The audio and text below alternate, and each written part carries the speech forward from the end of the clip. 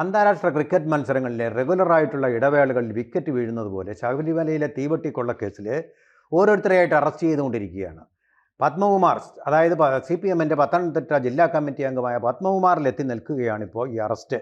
ഇങ്ങനെ മല കയറിക്കൊണ്ടിരിക്കുകയാണ് അറസ്റ്റുകൾ. ഇപ്പോൾ ഈ അടുത്ത ഊഴം കടകംപള്ളി സുരേന്ദ്രനാണെന്നാണ് വൃത്തങ്ങൾ പറയുന്നത്. പലതരത്തിലുള്ള വൃത്തങ്ങൾ, ഭക്തരുടെ വൃത്തങ്ങളും അതുപോലെ തന്നെ രാഷ്ട്രീയക്കാരുടെ വൃത്തങ്ങളും.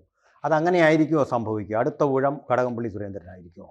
എല്ലാ സാധ്യതയുണ്ട്. പത്മകുമാറിനെ അറസ്റ്റ് ചെയ്തപ്പോഴേ പത്മകുമാർ പറഞ്ഞതാണ്, എന്നെ തൊട്ട് കളിച്ചാൽ സൂക്ഷിക്കണം, കാരണം ഞാൻ പലരുടെയും പേര് പുറത്തുവിടും. ഞാൻ ഒറ്റയ്ക്കൊരു തീരുമാനവും എടുത്തിട്ടില്ല, എടുത്തത് ആരൊക്കെയാണെന്ന് ഞാൻ വെളിപ്പെടുത്തുമെന്ന് അദ്ദേഹം അന്നേ പറഞ്ഞതാണ്.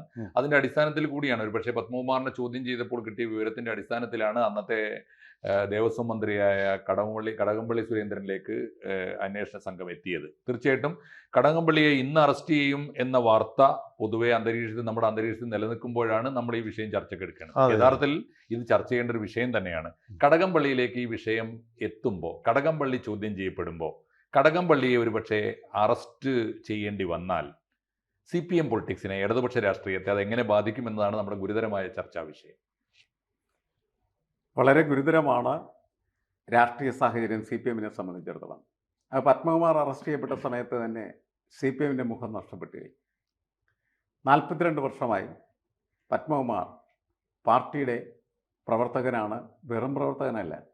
പത്തനംതിട്ട ജില്ല രൂപീകരിച്ചതിന് ശേഷം പത്തനംതിട്ട ജില്ലയുടെ ചാർജുള്ള ഏറ്റവും മുതിർന്ന നേതാവാണ്. എന്നുവെച്ചാൽ CPM എന്താണെന്ന് വെച്ചാൽ പത്മകുമാർ എന്നതായിരുന്നു അതിൻ്റെ സമവാക്യം. അതിന് സമാനമായ രീതിയിൽ തന്നെയാണ് കടകംപള്ളി സുരേന്ദ്രനിലേക്കും കാര്യങ്ങൾ എത്തുന്നത്. കടകംപള്ളിയിലെത്തുമ്പോൾ ഒരു ചെറിയ വ്യത്യാസം എന്താണെന്ന് വെച്ചാൽ, ഒരു ലെവൽ ഡിഫറൻസ് എന്ന് പറഞ്ഞാൽ ഒരു മന്ത്രി അഴിമതിക്കാരനായി മാറി എന്ന പ്രത്യേകത അതിൻ്റെ അകത്തുണ്ടാകും. അദ്ദേഹം MLA ആയിരുന്നു. MLA ആയിരുന്നു. പക്ഷേ ഞാനതിന് രാഷ്ട്രീയമായിട്ട് കണക്കാക്കുന്ന സമയത്ത് കടകംപള്ളി സുരേന്ദ്രനും പത്മകുമാറും ഒന്നും വ്യത്യസ്തരല്ല. ഇവരെല്ലാം CPMൻ്റെ സംസ്ഥാന കമ്മിറ്റി മെമ്പർമാരെ. അദ്ദേഹം പത്മകുമാർ ഇപ്പോൾ സംസ്ഥാന കമ്മിറ്റി മെമ്പർ അല്ല എന്നേ ഉള്ളൂ. ജില്ലാ കമ്മിറ്റിയിലേക്ക് നമ്മുടെ ക്വസ്റ്റ്യൻ ഇതാണ്, 42 വർഷക്കാലം CPM ഒരു പ്രവർത്തകരെ, ഒരു കേഡറെ വളർത്തി വികസിപ്പിച്ച് കൊണ്ടുവരുന്ന സമയത്ത് അദ്ദേഹത്തിൻ്റെ മനസ്സിൽ ഒരു കമ്മ്യൂണിസ്റ്റ് ബോധം നിർമ്മിക്കുന്നതിന് പകരമായിട്ട് ഒരു കൊള്ളക്കാരൻ്റെ മനസ്സാണ് സൃഷ്ടിക്കപ്പെടുന്നതെങ്കിൽ ആ പാർട്ടി സമൂഹത്തിന് മുന്നിൽ വിചാരണ ചെയ്യപ്പെടും. അതാണ് ഇപ്പോൾ എത്തിയിരിക്കുന്ന സാഹചര്യം എന്ന് പറയുന്നത്. അതാണ് അതിൻ്റെ ഭീകരതയും രാഷ്ട്രീയമായിട്ടുള്ള അതിൻ്റെ ഒരു ഭയാനകത എന്ന് പറയുന്നത്. അതാണ് എന്താണ് നിങ്ങൾ സമൂഹത്തിനകത്ത് രാഷ്ട്രീയമായിട്ട് ഉൽപ്പാദിപ്പിക്കുന്നത് എന്നുള്ള ചോദ്യം. തീർച്ചയായിട്ടും ഇപ്പോൾ പാർട്ടിയുടെ സംസ്ഥാന സെക്രട്ടറി ആണല്ലോ ഇതിൻ്റെ അവസാന അഭിപ്രായം കേരളത്തിലെ കാര്യത്തെ സംബന്ധിച്ച് പറയേണ്ടത്.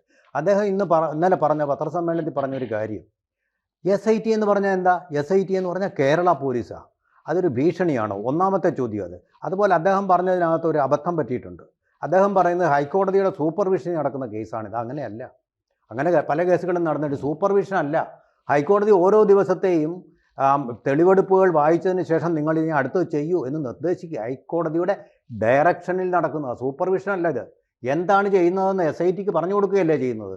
കേരള പോലീസ് എന്നുള്ള വാക്കിന് അവിടെ ഒരു പ്രസക്തിയില്ല. അഹമ്മദ് മാഷ് എന്ത് പറയുന്നു? ഒരു ആശയപരമായ പ്രശ്നം കൂടി ഇതിനകത്തുണ്ട് എന്ന് ഞാൻ വിചാരിക്കുന്നു. ഒന്ന്, ഈ ദേവസ്വം അല്ലെങ്കിൽ ദൈവത്തിൻ്റെ സ്വത്തുക്കൾ അല്ലെങ്കിൽ ദേവാലയങ്ങൾ സംരക്ഷിക്കുന്നതിൽ എന്തുകൊണ്ടാണ് കമ്മ്യൂണിസ്റ്റ് പ്രത്യയശാസ്ത്രത്തിൽ വിശ്വസിക്കുന്ന ഇടതുപക്ഷ സംഘടനകൾ പരാജയപ്പെടുന്നത്?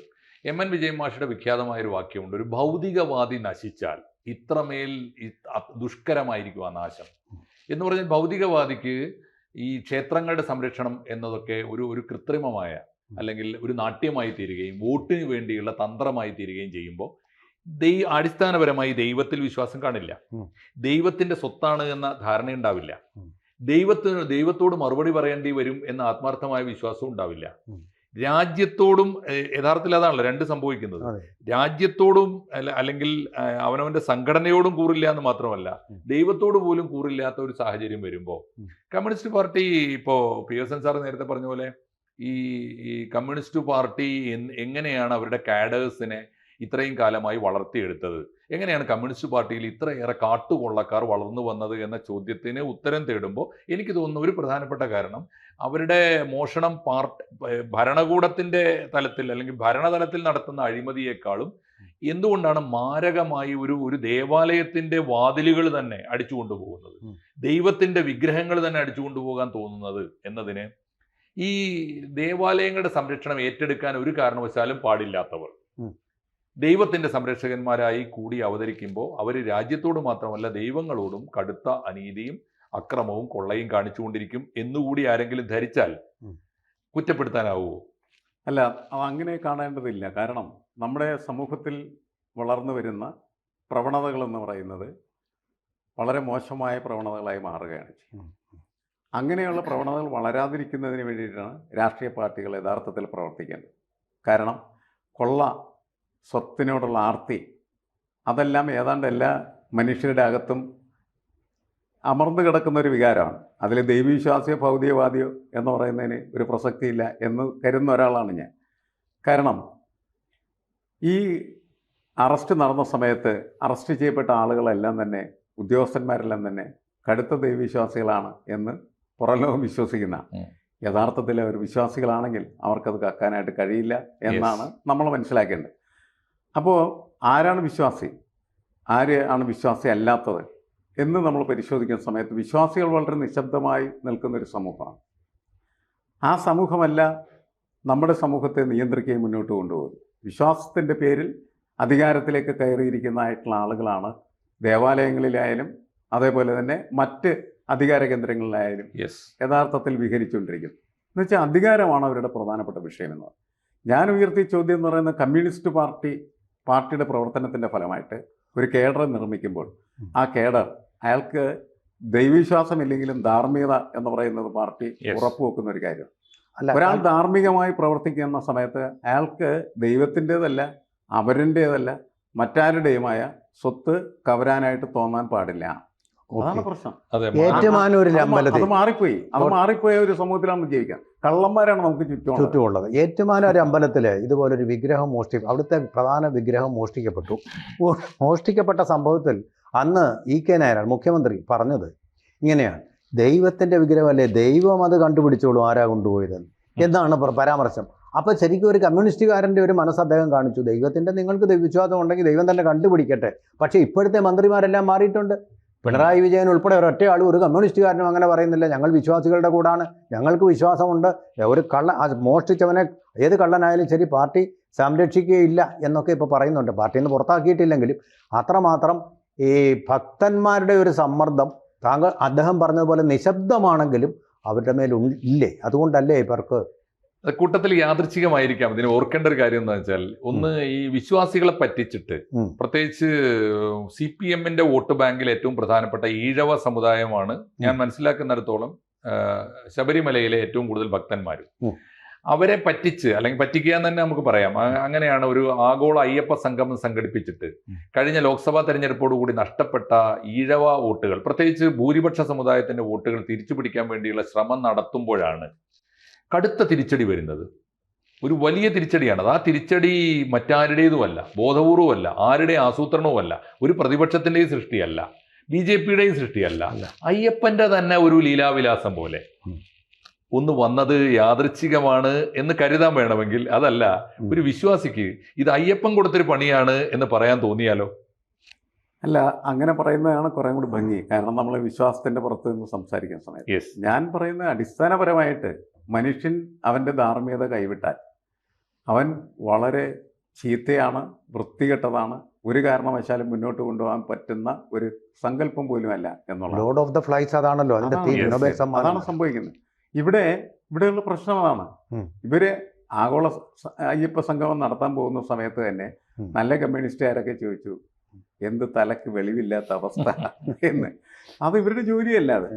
അതുകൊണ്ട് സർക്കാരിനെ ചെയ്യാം, പക്ഷെ അതിനൊപ്പം പാർട്ടി കൂടി നിന്ന് അത് ചെയ്യുമ്പോൾ ആണ് അങ്ങനത്തെ ചോദ്യങ്ങൾ വരുന്നത്. സ്വാഭാവികമായിട്ടും ഒരു പാർട്ടിക്ക് അതിൻ്റെ സ്വഭാവ സവിശേഷതയും തനത് സംവിധാനവും നഷ്ടപ്പെട്ടു കഴിഞ്ഞാൽ അത് കാലഹരണപ്പെട്ടു എന്നാണ്. അങ്ങനത്തെ കാലഹരണപ്പെട്ട അവസ്ഥയിലാണ് നിൽക്കുന്നത്. ഈ ഒരു രാഷ്ട്രീയ പാർട്ടി മാത്രമല്ല, എല്ലാവരും രാഷ്ട്രീയം കാലഹരണപ്പെട്ട അവസ്ഥയിലാണ് നമ്മൾ ഈ ചർച്ച നടത്തിക്കൊണ്ടിരിക്കുന്നത്.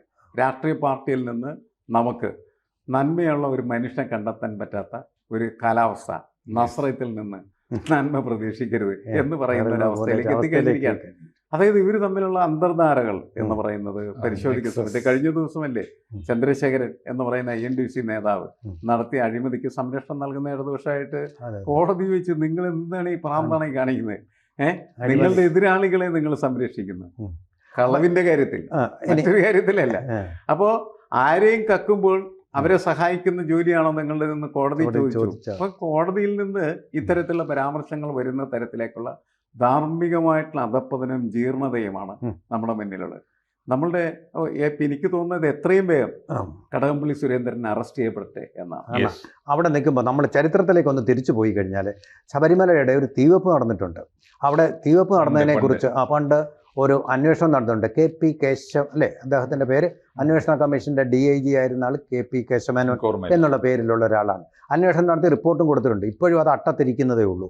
ഇതിനെ സംബന്ധിച്ച് MN ഗോവിന്ദൻ നായർ പാർട്ടിയുടെ സംസ്ഥാന സെക്രട്ടറി ആയിരുന്ന സമയത്ത് പന്തളത്തുകാർക്കൊരു വാഗ്ദാനം കൊടുത്തു. അതിൻ്റെ ഓർമ്മയിൽ ഇപ്പോഴും ഉണ്ട്. അത് കൊടുത്തത് ഇങ്ങനെയാണ്: ആ റിപ്പോർട്ട് ഞങ്ങൾ പുറത്തു കൊണ്ടുവരും. ആ വാഗ്ദാനത്തിലാണ് അദ്ദേഹം വിജയിച്ചു പോയത് പന്തളത്ത് നിന്ന് ഒരിക്കൽ. അന്ന് റിസർവേഷൻ കോൺസ്റ്റിറ്റ്യുവൻസി അല്ല പന്തളം. പക്ഷേ ഭരണത്തിൽ കമ്മ്യൂണിസ്റ്റ് പാർട്ടി തന്നെ വന്നു. ആ പാർട്ടി വന്നതിന് ശേഷം ഇതിനെക്കുറിച്ച് യാതൊരു തുടർ നടപടിയും ഉണ്ടായില്ല. ഇപ്പോഴും മാറി മാറി ഗവൺമെൻറ് വന്നിട്ട് അട്ടത്ത് തന്നെ ഇരിക്കുകയാണ്. അപ്പോൾ ഈ വിശ്വാസികളെ ഒരു ഭയം കമ്മ്യൂണിസ്റ്റ് പാർട്ടിക്ക് അന്നേ ഉണ്ട്. പക്ഷേ ആ വിശ്വാസികളുടെ ആഗ്രഹങ്ങൾക്കനുസരിച്ച് പ്രവർത്തിക്കാനുള്ള വിമുഖതയും ഒപ്പമുണ്ട്. വിശ്വാസികളോട് വാക്ക് പാലിക്കുന്നില്ല, വിശ്വാസികളെ വാക്ക് പറഞ്ഞ് പറ്റിച്ചുകൊണ്ടേയിരിക്കുന്നു എന്നുള്ളതാണ് എനിക്കിതിൽ. പക്ഷേ ഈ വിശ്വാസി എന്ന് പറയുന്നത് നമ്മൾ വിളിക്കുന്ന ഒരു സമൂഹം ഉണ്ടല്ലോ, കേരളത്തിലും പുറത്തുമുള്ള ശബരിമലയിലെ ഭക്തന്മാരെ കുറിച്ച് എനിക്ക് ഒട്ടും മതിപ്പില്ലാത്ത നിരീക്ഷണങ്ങളാണ് കഴിഞ്ഞ വാർത്തകളായി വന്നത്. ഞാൻ അതുകൂടി ചേർത്ത് പറയുമ്പോഴേ പൂർത്തിയാവുള്ളൂ. ഇത്രയൊക്കെ കാട്ടുകൊള്ള നടന്നത് വെളിപ്പെട്ട ഒരു കാലത്ത്, അത് വലിയ തോതിൽ ചർച്ച ചെയ്യുന്ന കാലത്തിന്റെ പിറ്റേന്നത്തെ വാർത്ത എന്താണ്? ഇക്കൊല്ലത്തെ ശബരിമല നട തുറന്നപ്പോ ചരിത്രത്തിലില്ലാത്ത തിരക്ക് അവിടെ ആൾക്കൂട്ടത്തില്, വമ്പിച്ച തിരക്ക്.